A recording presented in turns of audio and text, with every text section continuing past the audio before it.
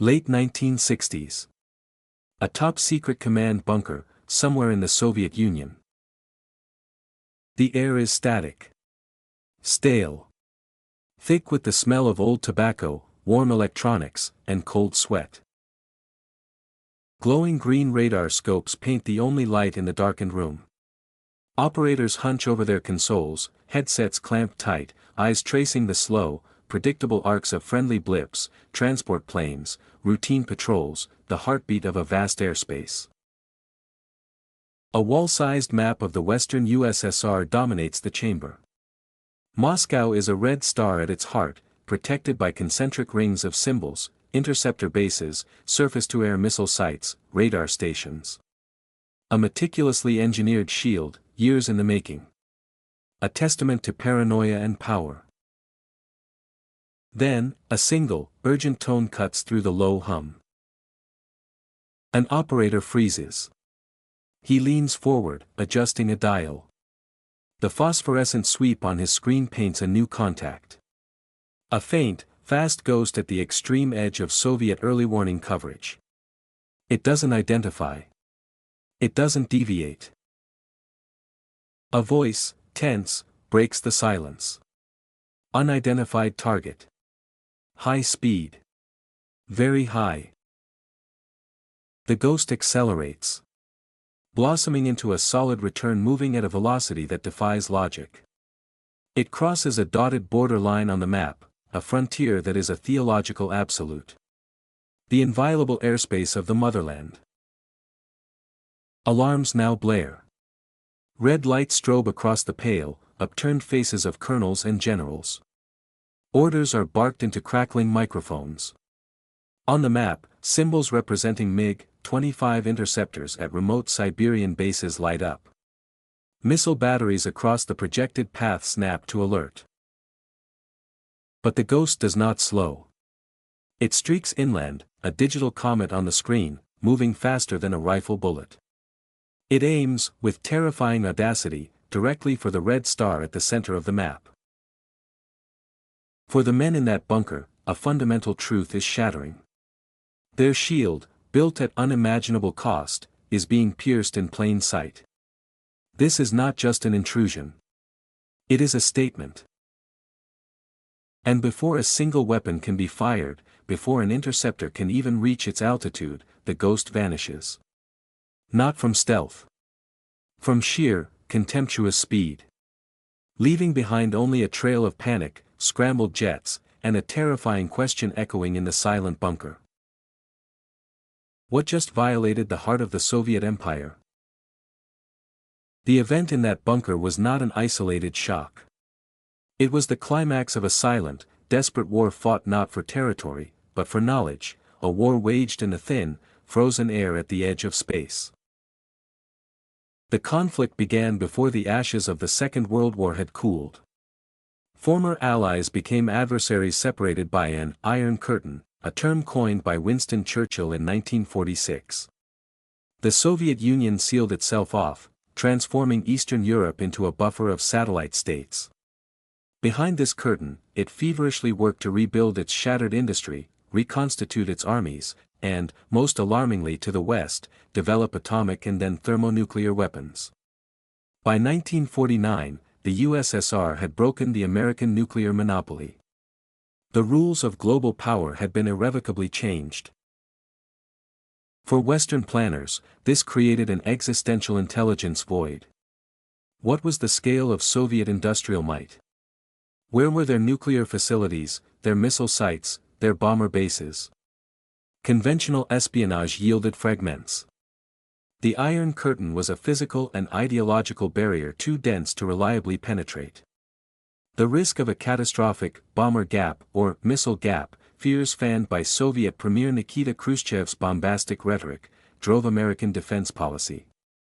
To plan, to deter, to survive, the United States needed to see. The answer came from the sky. The first dedicated weapon in this high-altitude reconnaissance war was the Lockheed SR-71, a masterpiece of minimalist design conceived by Kelly Johnson and his legendary Skunk Works team. It was more glider than plane, with long, slender wings that allowed it to soar above 70,000 feet, a realm believed to be beyond the reach of any Soviet interceptor or missile. Its cameras could capture startling detail from the stratosphere. On July 4, 1956, the first U-2 overflight of the Soviet Union commenced. The CIA, operating the aircraft, believed it was invulnerable. For nearly 4 years, they were right. The U-2 mapped missile complexes, tracked nuclear tests, and laid bare the true, often exaggerated, scale of Soviet strategic forces. The intelligence was priceless. But with every mission, Soviet air defenses grew wiser. Their radars painted the high-flying ghost, even if their fighters and rockets fell short, trailing impotently beneath it. The frustration in the Soviet high command festered into a burning, national priority, to reach up and claw the American spy from its sanctuary. That moment arrived on a clear spring morning, May 1, 1960. A U-2, piloted by CIA operative Francis Gary Powers, took off from Pakistan, bound for Norway.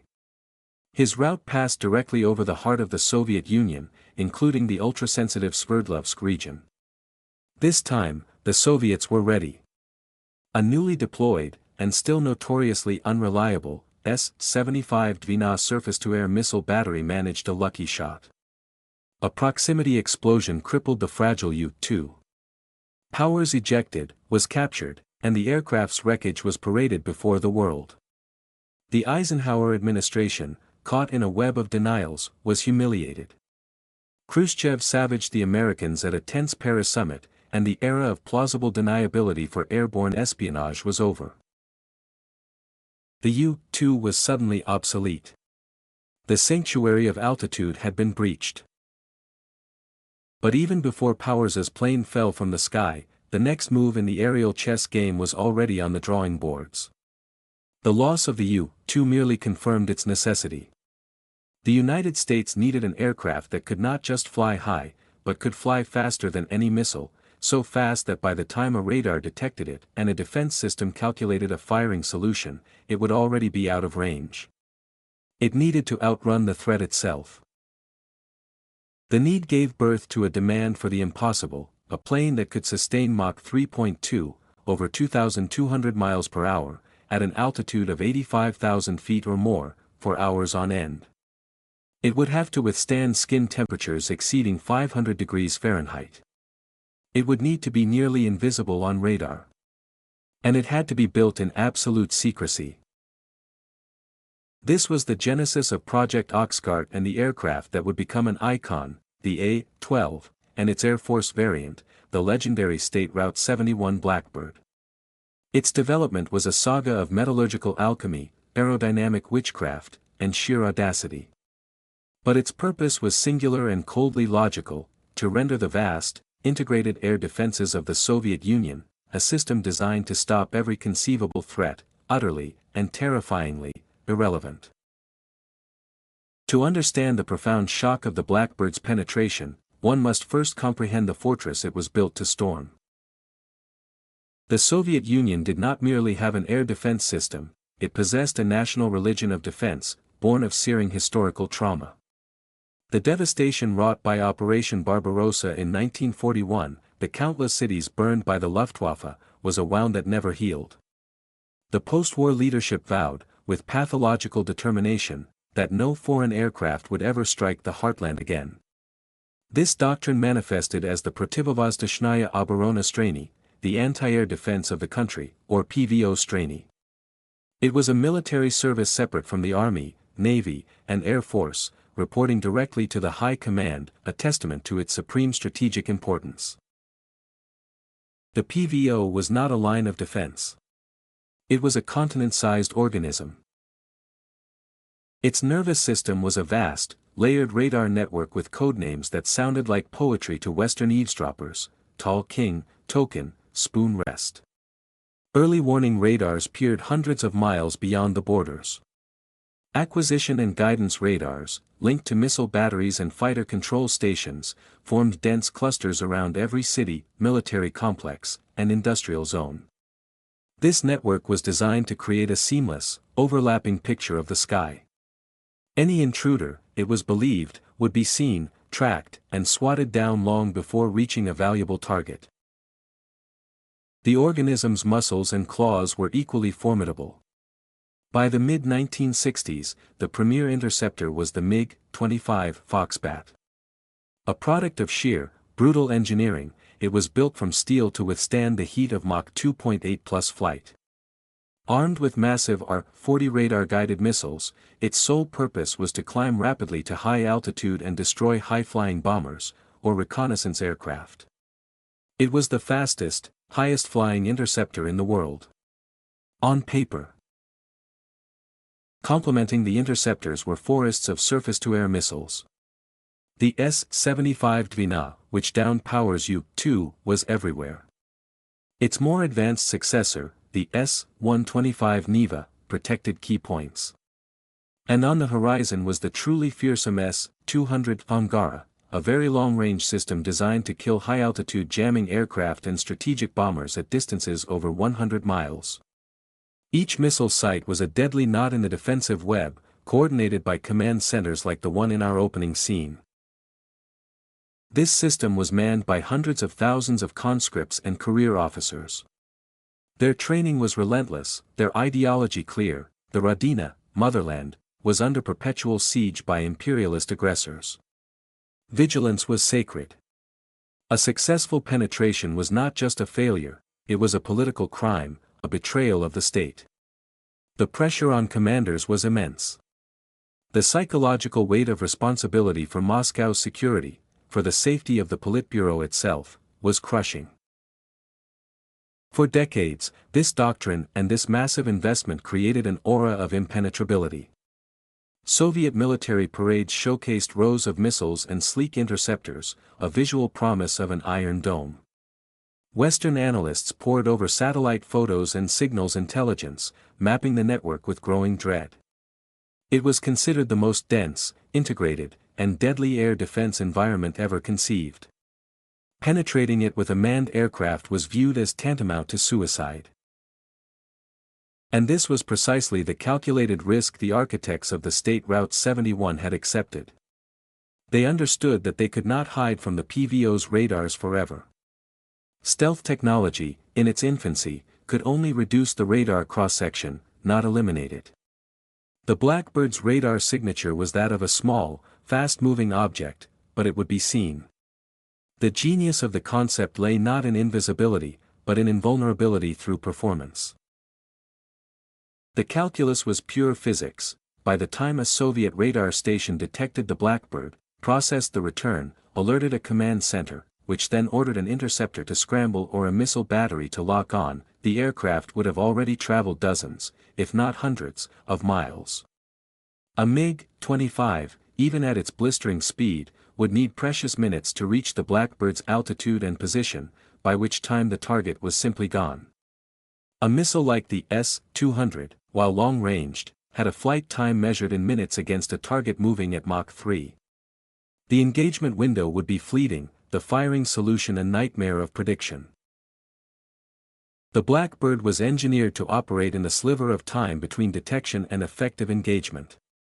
It turned the Soviet Union's greatest strength, its vast, centralized, procedural air defense, into its greatest weakness. The system was too slow for the threat it now faced. Thus, the stage was set for a confrontation that was less a duel and more a demonstration. On one side, a gargantuan, paranoid defense organism, the culmination of a nation's traumatic history and military-industrial will. On the other, a sleek, black spearhead of titanium and ambition, representing a different kind of power, the relentless, technological confidence to fly through the heart of the enemy's most sacred space, not to destroy, but to see. And to leave them, quite literally, grasping at vapor trails. For the two men sealed inside the cockpit of the State Route 71 during a mission like this, the world contracted into a realm of intense procedure and surreal detachment. In the front seat, the pilot was the master of velocity. In the rear, the reconnaissance systems officer, RSO, was the conductor of sensors and survival. They were not flyboys in the traditional sense, they were system managers, operating at the razor's edge of physics and physiology. Their preparation was monastic. Mission planning was meticulous, involving days of studying flight paths, weather at 85,000 feet, Soviet defense emitter maps, and emergency escape routes. They entered a pre-breathing routine hours before takeoff, seated in a room of pure oxygen to purge nitrogen from their bloodstream, preventing the crippling bends at altitude. They donned their pressure suits, custom-fitted, full-body life support systems that were their personal spacecraft. Every check, every connection, was a ritual. A mistake here was not recoverable. Once airborne and accelerated to the mission profile, the environment outside was alien. The sky turned from blue to an inky, cosmic black. The curvature of the Earth was visible. The sun was a brilliant, unwavering point in a star-filled void. Inside, the cockpit was dominated by the low roar of the engines, the hum of systems, and the glow of analog gauges. The workload was immense. The pilot monitored engine inlet temperatures, balancing them with delicate throttle movements. A mistake could cause an unstart, a violent disruption of airflow that could slam the aircraft sideways. The RSO watched his bank of sensors, the technical objective cameras, side-looking radar, and, most critically, the defensive systems panel that monitored every radar and missile guidance frequency painting the aircraft. There was fear, but it was a cold, procedural fear. They knew the MiG-25s were scrambling. They knew missile guidance radars were searching. Their defense was a combination of altitude, speed, and electronic countermeasures. The Blackbird's A2 radar jammer would send focused beams of deceptive energy back at tracking sites, blurring the aircraft's exact location and velocity. They flew a precise, unwavering line. A turn of more than a few degrees could bleed off the precious speed that was their primary shield. Their faith was placed entirely in the machine, in the calculations of the designers, and in their own rigorous training. They were not warriors in a dogfight, they were operators executing a high-stakes, high-speed transit, their hearts monitored by biomedical sensors, their every action calm and deliberate. Their victory was measured in seconds gained, in distance covered before a Soviet system could complete its kill chain. The State Route 71 was not merely an aircraft, it was a collection of engineering solutions to problems that had never before been solved in concert. Its airframe was built from titanium, a metal sourced through clandestine channels from the Soviet Union itself, fabricated under codenames like Blackbird and Hayden to hide its purpose. Titanium was chosen for its strength-to-weight ratio and ability to withstand the searing heat of sustained Mach 3 flight. But heat was the defining adversary. At cruise speed, friction heated the leading edges of the wings and the nose cone to over 1,000 degrees Fahrenheit. The entire aircraft expanded, its panels engineered to fit precisely only at operational temperature. On the ground, it leaked fuel from its integral tanks, as the seals were designed to close in the heat of flight. Its Pratt & Whitney J58 engines were hybrid marvels. At lower speeds, they functioned as conventional turbojets. As speed increased, massive inlet spikes automatically translated inward to manage the supersonic shockwave, and 6 giant bypass tubes opened, funneling air directly from the inlets to the afterburners, effectively turning the engine into a ramjet, the most efficient air-breathing engine for hypersonic flight. Its stealth features were revolutionary for their time. The vertical stabilizers were canted inward. The chined edges of the fuselage helped scatter radar waves. The entire airframe was coated with a special, radar-absorbent iron ferrite paint, baked on in layers, which gave the aircraft its iconic black finish and its nickname. Combined with its high-speed, high-altitude profile, it presented a radar cross-section the size of a small bird, a deceptive and fleeting return. Its reconnaissance suite was its raison d'etre. In the Q bay, behind the cockpit, it carried a battery of cameras with lenses of unparalleled quality. 1. The optical bar camera could capture a continuous, horizon-to-horizon swath of terrain on a single roll of film 5.5 inches wide and over 10,000 feet long, with a ground resolution measured in inches from 80,000 feet. It could also carry side-looking airborne radar, SLAR, to see through cloud cover, and electronic intelligence, ELINT, packages to pinpoint and record the frequencies of every Soviet radar that illuminated it. Every component, from its special JP-7 fuel that had a flashpoint high enough to be used as a coolant, to its quartz cockpit windows, represented the absolute apex of 1960s aerospace technology. It was a machine that bent the known limits of materials, propulsion, and aerodynamics to serve a single, profound function: to be untouchable. On the ground, the response to the blip on the radar screen was a cascade of escalating dread and fury. In the command bunker, the mood shifted from routine boredom to electric panic. The radar operators, often young conscripts, were the first to confront the impossible.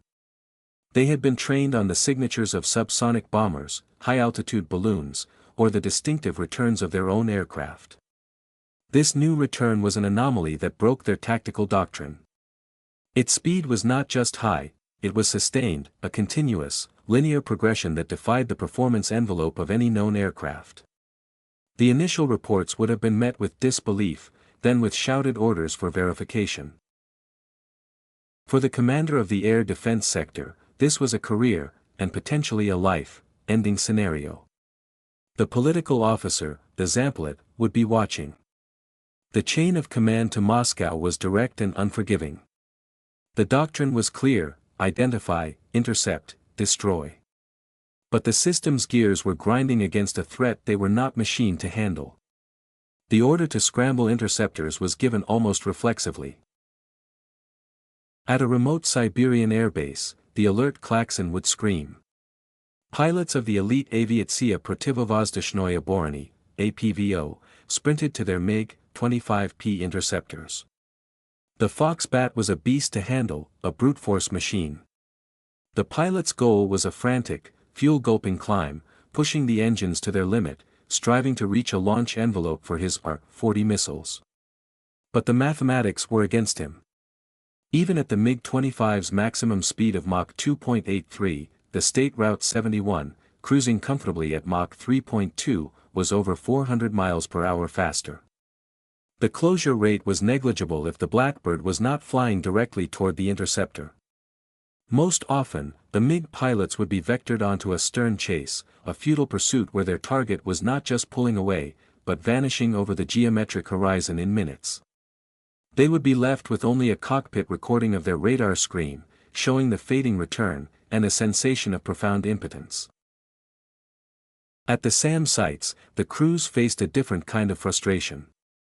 The S-75 or S-125 systems required time to establish a track, compute a solution, and launch. The S-200, with its terrifying 400-pound warhead and 100-plus mile range, had a better theoretical chance, but its engagement sequence was lengthy. The SR-71 speed compressed this timeline to impossibility. By the time a battery received permission to fire, a decision that might require authorization from Moscow itself, the target was exiting the missile's maximum engagement zone. To launch was to waste a multimillion-ruble weapon on a hopeless intercept and reveal the site's exact location and radar characteristics to the very ELINT sensors they were trying to defeat. For the Soviet soldier, from the radar operator to the general, the event was a profound psychological blow. It was a demonstration that their sacred shield, the product of national sacrifice and technological pride, had a fundamental flaw. The intruder did not sneak through a gap, it sprinted through the front gate, in plain sight, mocking the entire, colossal architecture of their defense. The aftermath would be a storm of accusatory reports, training investigations, and frantic demands to Soviet design bureaus for something, anything, that could catch the black ghost. The immense risk of the mission was justified by a singular, strategic prize: certainty. In the shadowy calculus of the Cold War, assumptions were the seeds of catastrophe. The Blackbird's mission was to turn assumptions into facts. Its flight path was not random. It was a surgically precise line drawn over the most sensitive, most denied territory on Earth. Its sensors were trained on key nodal points in the Soviet strategic infrastructure. The primary targets were often the enigmatic sites of the Soviet strategic rocket forces. The Blackbird's cameras could capture the exact layout of intercontinental ballistic missile, ICBM, complexes like the SS-9 Scarp or the new SS-18 Satan. Were the silos under construction? Were they being hardened? How many were operational? This intelligence directly shaped American estimates of the Soviet order of battle and informed arms control negotiation positions. It peered down at nuclear weapon production and storage facilities, like the closed cities of the Soviet nuclear program, Artemis 16, Chelyabinsk 70. It mapped the vast anti-ballistic missile (ABM) network being erected around Moscow, the Galosh system, detailing its radar guidance sites and launch positions. It observed naval bases like Severomorsk and Vladivostok, tracking the construction of new classes of submarines, including the burgeoning ballistic missile submarine fleet. But perhaps its most valuable function was in signals intelligence. The aircraft's Elant suite was a vacuum cleaner for electromagnetic emissions. Every time a Soviet radar, early warning, acquisition, missile guidance, or interceptor fire control, painted the state Route 71, it was recorded. The frequency, pulse repetition rate, power, and location were logged with exquisite precision. This electronic fingerprinting was a goldmine.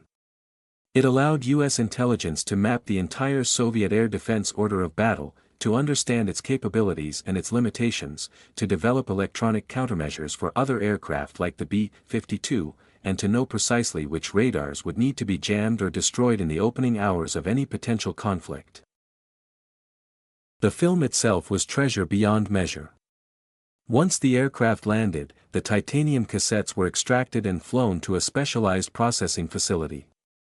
Analysts from the National Photographic Interpretation Center, NPIC, would pore over the miles of film under high-powered microscopes. They were not just looking for missiles, they were counting truck tires, analyzing the wear patterns on railway tracks, measuring shadows on buildings to determine their height. A single mission could answer questions that had plagued the intelligence community for years. The State Route 71 did not just bring back pictures, it brought back understanding. It replaced the terrifying specter of the unknown with a detailed, if chilling, portrait of the adversary.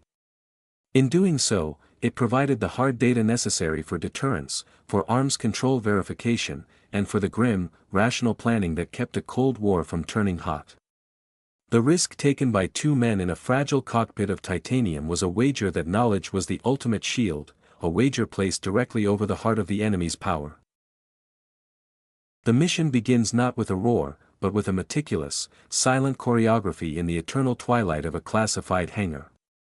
The State Route 71, designation Ichiban or Article 121 for a specific A-12 Oxcart mission, or later, an Air Force State Route 71 codenamed Dutch 51, is a matte black silhouette against the hangar's dim work lights. Crews in coveralls move with practiced silence, loading the cavernous Q-bay with film cassettes, checking the labyrinth of plumbing for the volatile JP-7 fuel, testing the delicate fingers of the camera optics. The aircraft is not merely prepared, it is awakened. Hours before dawn, the two crew members complete their pre-breathing ritual. The hiss of pure oxygen is the only sound in the sterile room. They are already leaving the world of breathable air behind. They step into their pressure suits, a ritualistic donning of armor. Each connection, the helmet lock, the glove seal, the oxygen hose, clicks with finality. They are no longer just pilots, they are system components. A truck transports them to the flight line. The Blackbird sits under the first gray hints of morning, dew beating on its radar-absorbent skin. It looks less like an aircraft and more like a fragment of the night sky given form. The crew ascend the ladder, are plugged into the aircraft's systems, and the canopy is sealed.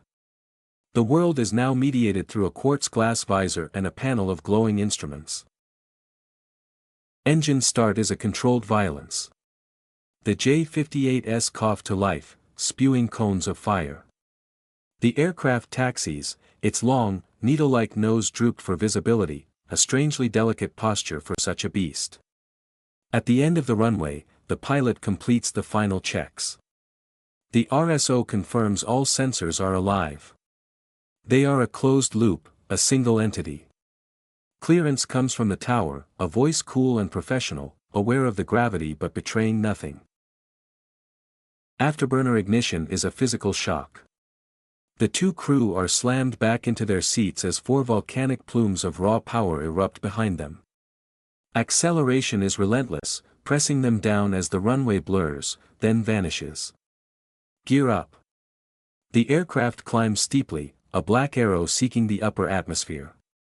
Over a designated training area, they perform the delicate ballet of aerial refueling from a waiting KC-135Q tanker, a slow, precise mating ritual necessary to top off the tanks that had leaked on the ground. The JP-7 flows, cold and vital. Then, the turn. The tanker falls away. The pilot pushes the throttles forward. The world outside the cockpit begins to change. The blue pales, then deepens to indigo. The curvature of the Earth becomes apparent, a hard, beautiful line against the void. The engines transition, the inlet spikes moving, the bypass tubes opening. The ride smooths into a seemingly impossible, sustained surge. The Mach meter needle climbs, 2.5. 2.8. 3.0, the skin temperature gauges begin their inevitable rise. They are now a spacecraft in atmosphere. The RSO's world becomes a symphony of electronic whispers and threats. His defensive systems panel, the Black Crow and other sensors, begin to light up. They are being painted by the outermost sentinels of the Soviet early warning network, radars with NATO codenames like Hen Egg and Tall King. He activates the countermeasures. The A-2 jammer sends out its deceptive pulses. The aircraft is now a moving electronic warfare platform, a phantom blurring its own digital signature. They approach the border, not a line on a map, but a conceptual and electronic cliff edge. On one side, international airspace, tense but permissible. On the other, the sacred soil of the Union of Soviet Socialist Republics, defended by a shoot-on-sight policy.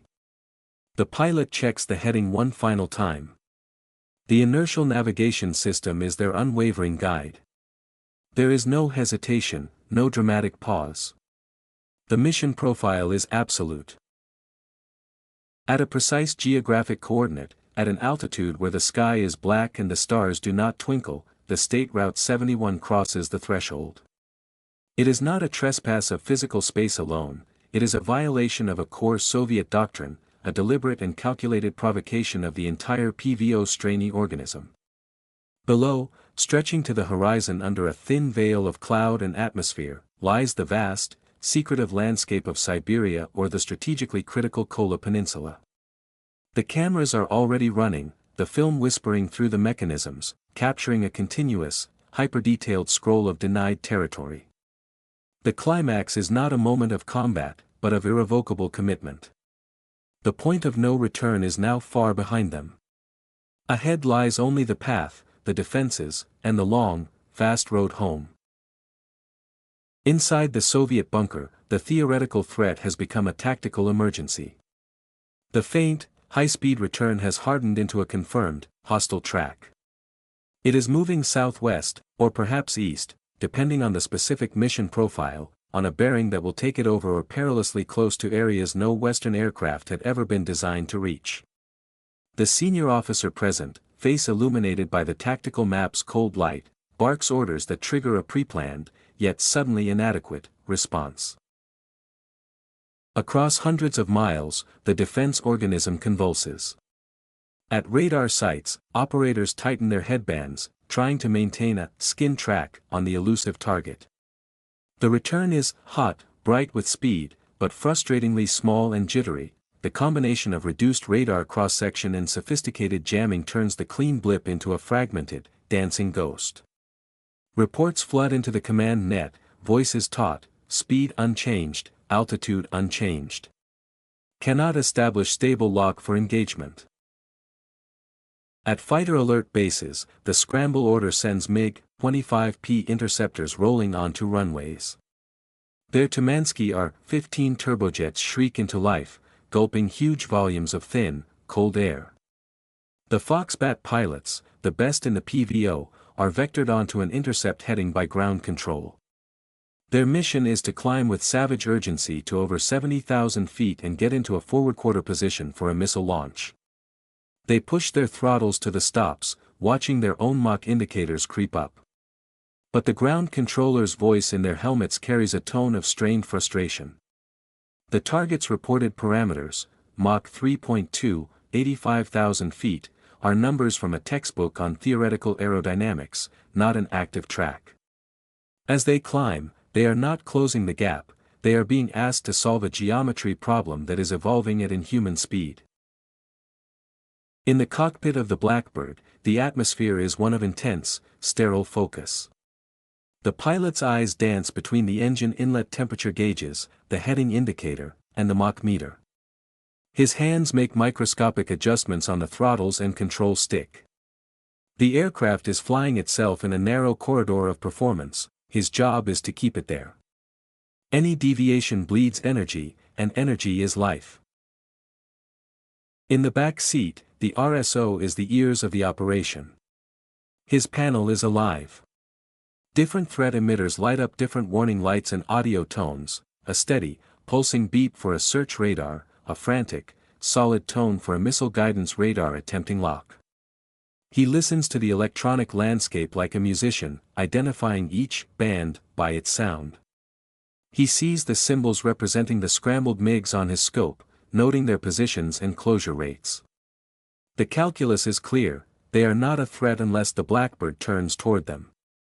He manages the jammers, ensuring they are focused on the most dangerous emitters, turning the aircraft into a moving cloud of electronic noise and false targets. Then, the key moment.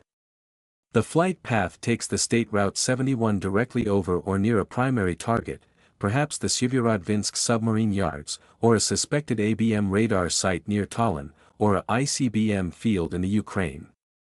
For perhaps 90 seconds, the aircraft is at its most vulnerable, on a predictable course directly above the crown jewels of Soviet strategic might. On the ground, SAM battery commanders are screaming for firing authorization. The political officer is on the secure line to Moscow. The request travels up a chain of command paralyzed by the speed of the event and the staggering political ramifications of a miss. A battery may receive permission. A guidance radar, perhaps an S-200's long-range engagement array, finally achieves a marginal lock. The order is given. Pushka. Fire. A massive SA-5 Gammon missile, a telephone pole-sized weapon, leaps from its launcher on a pillar of flame, arcing into the stratosphere. Its target is not a plane, but a point in space where the plane will be.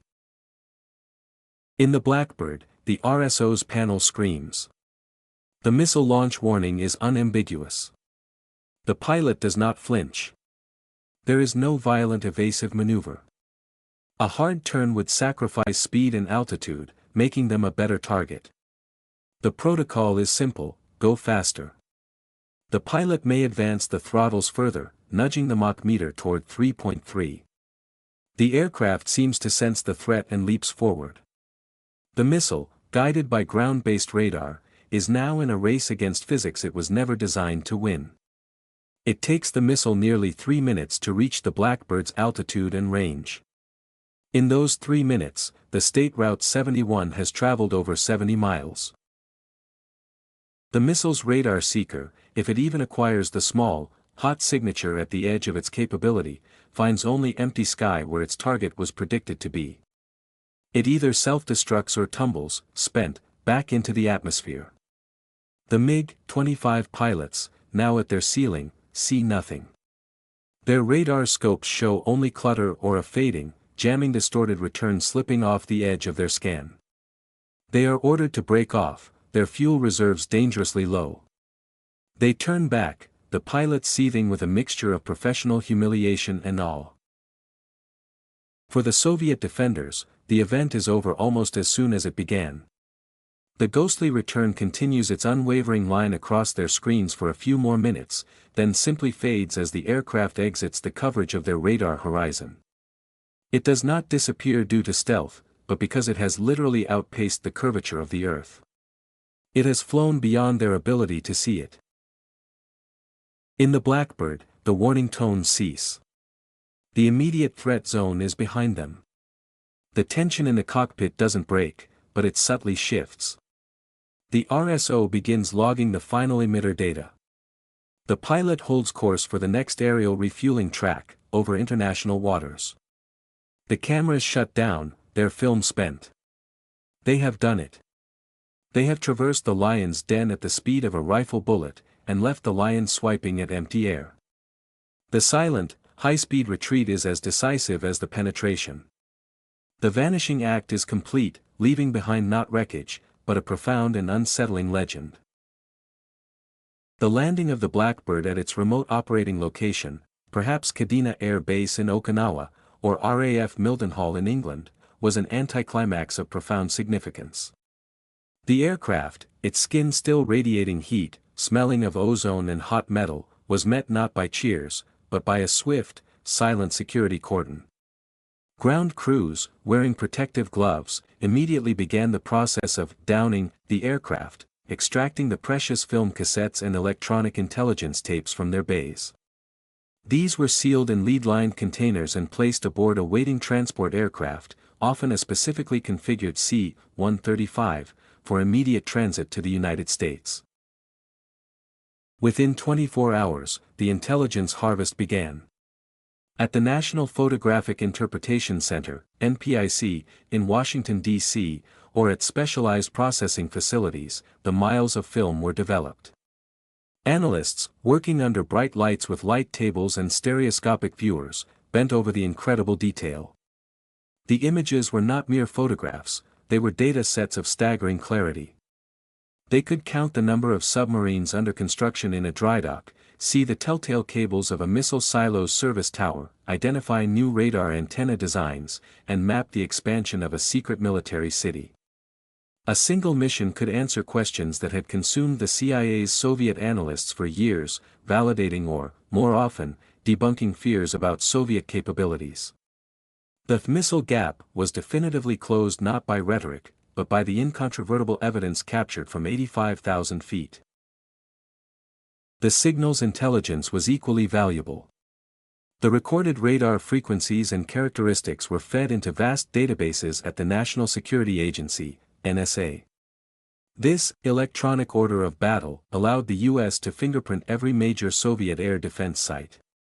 It enabled the programming of radar warning receivers on other U.S. aircraft, from B-52s to F-111s, and informed the development of next-generation jammers. They now knew not just where the defenses were, but exactly how they worked. This knowledge was a strategic asset of incalculable worth, a roadmap of the enemy's eyes and ears. For the Soviet Union, the aftermath was one of profound institutional shock and fury. The initial reports from the PVO Strany to the General Staff, and thence to the Politburo, would have been a mixture of confusion, excuse-making, and blunt failure. An investigation was inevitable. Radar operators and commanders were interrogated. The pilots of the scrambled MiG-25 submitted detailed debriefs, describing the futility of the chase. The SAM battery crews reported their technical difficulties in achieving lock. The political fallout was severe. The USSR's foundational promise, the impermeability of its borders, had been broken. The incident exposed a critical vulnerability at the highest level of national strategy. It was a humiliation that could not be publicly admitted, forcing the leadership into a silent rage. Demands were poured onto Soviet design bureaus. The MiG-25 needed improvement, the resulting MiG-25PD Foxbat-E, with look-down/shoot-down radar and better missiles was a direct, if only partially effective, response. The S-200 system was accelerated and improved. And the push for a true counter began in earnest, a new interceptor, faster and higher flying, which would eventually materialize as the colossal MiG-31 Foxhound, and the development of their own, nascent stealth and high-speed reconnaissance projects. But the most significant consequence was psychological. The Blackbird's flights created a pervasive sense of vulnerability within the Soviet high command. They could never be certain when the sky was truly their own. This knowledge acted as a subtle but powerful restraint. It proved that American technological prowess could, at will, negate their most prized defensive investments. The overflight was not an act of war, but it was a demonstration of a capability that redefined the strategic balance. It showed that in the highest reaches of the sky, the United States held a card that could not be trumped. The strategic impact of the Blackbird's penetrations rippled far beyond the intelligence reports and Soviet design bureaus. It fundamentally altered the calculus of Cold War confrontation, creating a new layer of unspoken rules and technological one-upmanship. For U.S. strategic planners, the State Route 71 provided something invaluable: real-time, or near-real-time, crisis monitoring. During periods of extreme tension, such as the 1973 Yom Kippur War when Soviet nuclear-armed ships were tracked, or the massive NATO exercises that simulated a European war, Blackbirds would fly peripheral missions, showing the flag, along the Soviet border. Their mere presence was a signal: we are watching. We can see everything. This persistent stare acted as a stabilizing force, preventing miscalculation by confirming deployments and movements without requiring a provocative physical intrusion. The knowledge that the U.S. could, and did, see into denied territory tempered Soviet adventurism. The program also forced a revolution in Soviet air defense thinking. The integrated, centralized model had failed against a speed-based threat. The response was a move toward more autonomous, mobile, and faster reacting systems. The push for airborne early warning and control, like the Berev A-50 mainstay, gained urgency, as a way to see beyond the radar horizon of ground stations. The development of the MiG-31 was pivotal. It was not just a faster interceptor, but a flying command post, equipped with a powerful phased array radar, the Zaslon, that could track multiple high-speed targets and guide long-range AR-33 missiles. It was designed explicitly to work in pairs or four-ships to guard the vast northern periphery, creating a moving wall against another Blackbird-type penetration. In a direct, ironic twist, the State Route 71 had midwifed the very system that would eventually help render it obsolete. The end of the Blackbird's operational dominance came not from a Soviet missile, but from the quiet, eye-in-the-sky revolution it helped pioneer: satellite reconnaissance. By the late 1970s and 1980s, the KH-11 Kennen electro-optical satellite provided near-real-time digital imagery from space, without risk to a pilot and without violating airspace. It was the ultimate strategic reconnaissance tool. The SR-71's tactical and operational role remained unique. It could be tasked on short notice, fly in any weather with its SLAR, and loiter on a periphery, but its strategic monopoly was over. The staggering cost of operating the fleet, measured in hundreds of thousands of dollars per flight hour, became harder to justify against the evolving satellite constellation and the improving Soviet air defense network, now dotted with MiG-31 regiments and advanced S-300P missile systems.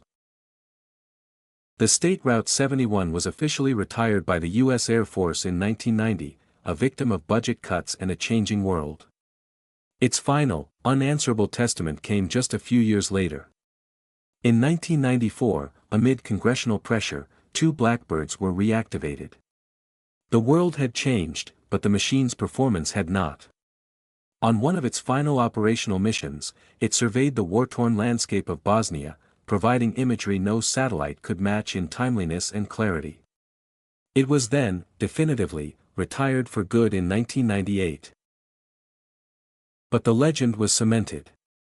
No Soviet or Russian aircraft ever caught one. No missile ever struck one. Its safety record, considering its performance envelope, was remarkable. It held every speed and altitude record that mattered, some of which stand unchallenged to this day.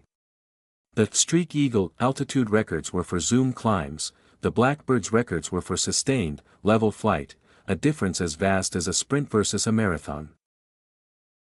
The men who flew it became legends of a different sort, a brotherhood bound by the unique experience of managing such a machine at the edge of the possible. And for the Soviet veterans of the PVO Streny, the Black Ghost became a part of their professional folklore, a reminder of a time when the sky, which they had sworn to own, was briefly, terrifyingly, and definitively owned by someone else. The State Route 71 did not win a battle, but it won a demonstration. It proved that in the relentless pursuit of technological advantage, the horizon was not a limit, but a destination. And for a few, fleeting moments in the Cold War's darkest hours, it had flown right over the heart of the enemy, leaving behind nothing but shock, awe, and the thin, fading contrail of a paradigm shattered. The contrails have long since dissipated. The bunkers have fallen silent, their massive maps and glowing scopes consigned to museums or scrap.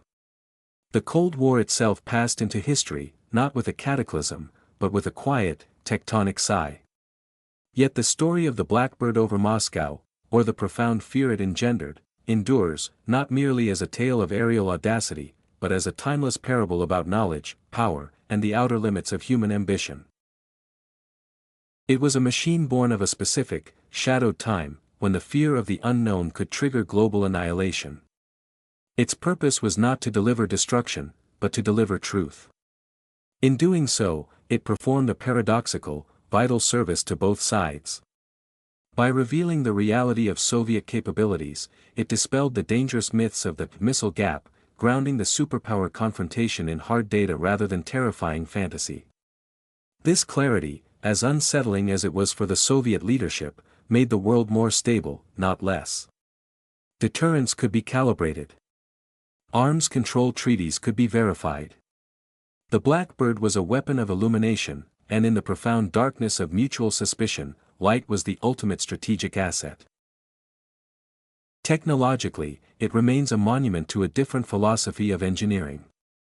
It was not designed by committee or by incremental improvement. It was conceived in a moment of radical necessity, built from materials and ideas that bordered on science fiction, and tested at the very frontier of what was physically possible. Its engineers at the Skunk Works did not simply build an aircraft, they created a new environment and a machine to survive within it. Every leak, every expansion joint, every gallon of specially formulated fuel speaks to an era of problem-solving that accepted no conventional limits. It stands as a permanent rebuttal to the notion that something is too hard to build. And for the two men who climbed into that cockpit, it represents the apex of a certain kind of courage. Not the explosive bravery of the dogfight, but the cold, sustained courage of the test pilot and the scientist. It was the courage to place absolute faith in physics and engineering, to sit strapped to a fueled explosion and guide it into a realm where a single, tiny failure meant not just death, but vanishing into a frozen, airless oblivion. They were explorers as much as warriors, charting a map defined not by latitude and longitude, but by Mach numbers and thermal limits. Today, the surviving Blackbirds rest in museums, their black skins cool to the touch, their sleek forms inspiring awe in a new generation. They are relics, yet they feel like artifacts from a possible future that once was. In an age of ubiquitous satellites and remote-piloted drones, the idea of a manned aircraft penetrating the most heavily defended airspace on Earth seems almost quaintly daring. But the essence of what it achieved, the relentless pursuit of an advantage, the bending of technology to serve a profound national need, the psychological impact of an undeniable demonstration, remains eternally relevant. The State Route 71 never fired a shot in anger. Its only weapon was its existence, and its only proof was its performance. It flew at the edge of space and the edge of war, and in that narrow, screaming margin, it helped keep a fragile peace. It was a silent sentinel in the black sky, a reminder that sometimes, the most powerful statement is not a threat, but a fact, observed, recorded, and delivered at the speed of a rifle bullet. In the end, the Blackbird's greatest legacy is not the secrets it stole, but the certainty it bestowed, and the enduring testament that in the contest between the fortress and the spear, a spear forged with enough ingenuity and launched with enough speed can, for a breathtaking moment, pierce anything.